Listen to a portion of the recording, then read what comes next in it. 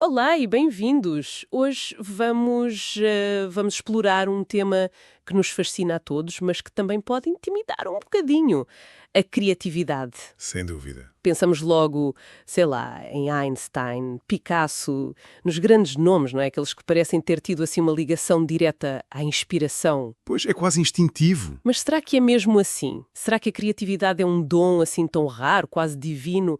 Ou será algo mais próximo de nós? Essa é a grande questão, não é? É. E para nos ajudar a pensar nisto, vamos basear a nossa conversa nos excertos de um texto de 2020, do Edson Zogby, chamado Desmistificando a Criatividade. A nossa ideia é mesmo mergulhar nestas ideias, ver o que ele propõe. Um olhar crítico sobre o tema. Exato. Ok, vamos lá então desembrulhar isto. A pergunta que parece estar aqui no centro é: isto é algo esotérico só para alguns eleitos? Ou é uma capacidade mais humana, mais fundamental, que todos podemos ter? Vamos ver o que o Zogby diz. Parece-me bem. Ele começa por identificar o que chama o primeiro erro, que é basicamente a nossa tendência, quase automática, de ligar criatividade só àquelas figuras mesmo muito famosas, os expoentes criativos nas artes, nas ciências. Uhum. Aqueles nomes que vêm logo à cabeça. Exato. E, bem, isso tem alguma lógica, não é? A nossa memória foca-se mais naquilo que nos impressiona, no que se destaca. O Zogby até reconhece isso. Certo. Só que ele argumenta que essa associação inicial, por muito natural que seja, pronto, já nos pode levar por um caminho um bocadinho enganador, se quisermos mesmo perceber a criatividade a fundo. Como assim, enganador? Quer dizer, ao focarmos só no extraordinário, corremos o risco de ignorar a criatividade mais do dia-a-dia, não é? Nas pequenas coisas, nas soluções mais modestas que também existem. Percebo. E essa ideia, segundo o texto, abre a porta a um segundo erro que ele vê muito no mundo das artes. Ah, sim, essa é interessante. A perspectiva que ele apresenta é que, muitas vezes, quando ouvimos artistas muito criativos, ou até os fãs deles, encontramos narrativas que parecem mais focadas em criar uma aura, um mito. Tipo, endeusamento. É isso. O texto fala em desfiles de grandes egos ou alter egos. A ideia é que se fala mais da figura do artista do que do processo em si. E o resultado? A criatividade fica a parecer uma coisa mágica, exclusiva de alguns escolhidos. O que é fascinante aqui é como essa mistificação toda, que o texto diz sem rodeios que é pura bobagem, É direto, sim. pois é, como isso pode ter um efeito real. Ao pintar a criatividade como algo quase sobrenatural, lá está, acaba por desencorajar a maioria das pessoas. Reforça aquela ideia tipo, isto não é para mim. Afasta as pessoas comuns, não é? Exatamente, cria uma barreira. E liga só primeiro o erro. Só pensamos nos génios. E as histórias sobre eles são quase lendas. A distância parece enorme. E não fica só pelas artes. O Zogby aponta um terceiro erro, mas agora na ciência. Certo, aí já não é tanto o ego. Não, é mais uma tendência para, como ele diz, cientificar demais o assunto. Usar conceitos científicos super complexos, às vezes até especulativos, para explicar a criatividade. Exato. Ele dá exemplos concretos que estavam no material, não é? Matemáticos a ligar isto à matemática pura, super complexa.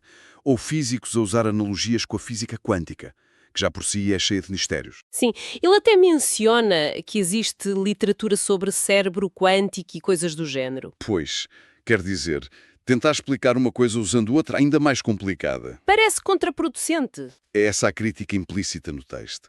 Não é que a matemática ou a física não possam ter alguma relação, atenção. Mas o argumento dele é que, se houver uma ligação útil, será provavelmente nas suas formas mais elementares, básicas. Ok. Ir buscar os ramos mais complexos, mais esotéricos da ciência, só serve para complicar e mistificar ainda mais. É quase como usar a teoria das cordas para explicar como se abre uma porta. Percebes? Percebo perfeitamente. Complica sem necessidade. Exatamente. A mensagem forte do Zogby é mesmo essa. Criatividade não tem nada de complicado, muito menos de místico. Tentar vesti-la com essa ciência toda complexa seria só mais uma forma de a tornar inacessível. Ok. Então, desmontando estes três erros, a fixação nos génios, a mistificação artística, a complicação científica, o que é que sobra? Se não é assim tão complicada nem exclusiva, o que é criatividade para o Zogby? Olha, a visão que o texto apresenta é bastante desmistificadora e até pragmática. diria. Ele descreve a criatividade como um processo fácil de gerir. Fácil de gerir. Sim. E mais, diz que a intensidade do alcance é diretamente proporcional ao esforço e à dedicação. Gosto disso. Coloca a bola do nosso lado. Exato. Tira aquele peso do dom divino. O resto, inspiração mágica, exclusividade, complexidade, seria, na visão dele, lenda, conversa mole. E o perigo dessa conversa mole é de se estimular, levar as pessoas a pensar que não vale a pena tentar. Faz sentido, se achamos que é só para génios. Nem sequer tentamos, pois. E há outro ponto crucial que ele sublinha. A criatividade não nasce só lá no topo, nos mestres.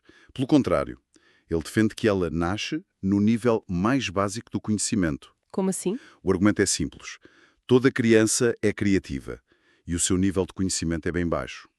As crianças exploram, experimentam, combinam coisas, resolvem problemas à maneira delas. É verdade. Sem precisarem de doutoramentos. Exatamente. Portanto, a ideia de que a criatividade é só para os mestres seria o resultado daqueles 3 erros juntos. A proposta dele é inverter.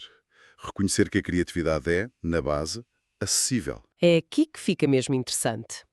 Com base nessa ideia da acessibilidade, ele avança com 3 características-chave para desmistificar isto. A primeira, a criatividade na sua essência não seria nada complicada. Sim. A ideia é que a criatividade tem sempre um propósito, não é? Atingir um objetivo, resolver um problema, e nesse sentido parte muitas vezes da simplicidade. Mas e os problemas complexos? Aí é que está. A complicação, segundo o Zogby, pode surgir no desafio que enfrentamos. Um problema muito complexo vai exigir, claro, um conhecimento profundo do tema e talvez treino no processo criativo. O texto fala em treino comportamental constante. Treino comportamental constante. O que isso quer dizer na prática? Tipo, fazer exercícios? Significa essencialmente cultivar hábitos, práticas deliberadas que nos ajudam a pensar de forma diferente, mais aberta, mais flexível. Pode ser usar técnicas de brainstorming, questionar as nossas próprias ideias, olhar para as coisas de outros ângulos, não ter medo de errar. Ok. Treinar a forma de pensar. É isso. É um treino na forma como pensamos e agimos, mais do que só acumular saber técnico. A questão é que, para quem se interessa e pratica isto, a criatividade em si não seria complicada, mesmo que o problema seja difícil. Percebo. A segunda característica, a criatividade não é nada rara. Isso parece ir contra a ideia das grandes obras, das invenções únicas. Exato, e o texto aborda isto de frente. A perspectiva do Zogby é que essa ideia de raridade surge quase sempre quando olhamos para o resultado criativo. O produto final. Sim, uma pintura famosa, uma invenção que muda tudo, uma música que fica para sempre. Esses produtos podem ser raros, claro, e ter um valor enorme. Mas o que ele defende é que a capacidade criativa em si, a aptidão humana para ter ideias novas e úteis, essa não é rara. Estaria muito mais espalhada. E como é que ele ilustra isso? Dá exemplos? Talvez com pouca educação formal, mas que no dia-a-dia encontra soluções super engenhosas para a lavoura, para o tempo, para as ferramentas que tem. Criatividade prática, de sobrevivência. Pura. Ou o exemplo da cozinheira com poucos recursos, que a partir de quase nada cria pratos fantásticos combinando sabores de forma nova. Já estou a ver. Se ligarmos isto tudo, fica clara a distinção. A capacidade de criar é potencialmente comum, acessível a muitos. Os frutos dessa capacidade é que podem variar imenso. Alguns são comuns, outros extraordinários. A raridade está no resultado excepcional, não na capacidade base. Faz todo o sentido. E isso leva-nos à terceira característica, que quase se deduz das outras. Não é exclusiva de algumas pessoas. Precisamente. Se não é complicada na base e não é rara na capacidade, então, logicamente, não pode ser exclusiva. O Zogby define a criatividade como um tipo de inteligência. Um tipo de inteligência. Interessante. Sim, uma inteligência que pode usar a lógica ou não, que pode ser linear ou dar saltos mais complexos. E o ponto-chave, sendo uma aptidão, é treinável. Como outras coisas, cresce quanto mais se pratica. Gosto da analogia que ele faz com outras aptidões, como o desporto ou a música. Sim, é muito útil para tirar um mito. Ele compara a criatividade a essas aptidões. Nesses casos, é óbvio que algumas pessoas podem ter mais jeito natural, um talento que ajuda. Ninguém nega isso. Claro, há sempre quem tenha mais facilidade inicial. Mas, argumenta ele, essa aptidão natural não fecha a porta aos outros. Qualquer pessoa com interesse, dedicação, treino, pode aprender a jogar futebol, a tocar piano e pode até atingir níveis muito altos, os tais altos índices criativos nessas áreas. Ou seja, não há exclusividade total baseada no talento. Exato.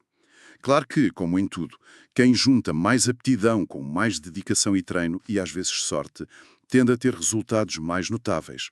Mas a porta de entrada para praticar e desenvolver a criatividade estaria, segundo ele, aberta a todos. Portanto, resumindo a perspectiva que sai deste texto do Zogby, a mensagem é que a criatividade é, na sua essência, simples, é democrática no acesso. Parece que sim. O quão longe cada um vai com ela, o impacto que gera, isso já depende de mais coisas, do percurso de cada um, do interesse, da dedicação, do treino e até, como o texto menciona de lado, da sorte, que ele diz que é tema para outros artigos. Exatamente. E esta visão reforça muito a ideia de que nós temos agência, temos controle sobre o nosso potencial criativo. Certo. O texto sugere que, se um artista ou um cientista famoso descreve a sua criatividade com palavras como brilhantismo, dons ou saltos quânticos, essa é uma decisão individual. É a narrativa dele. Uma escolha pessoal, talvez. Pode ser.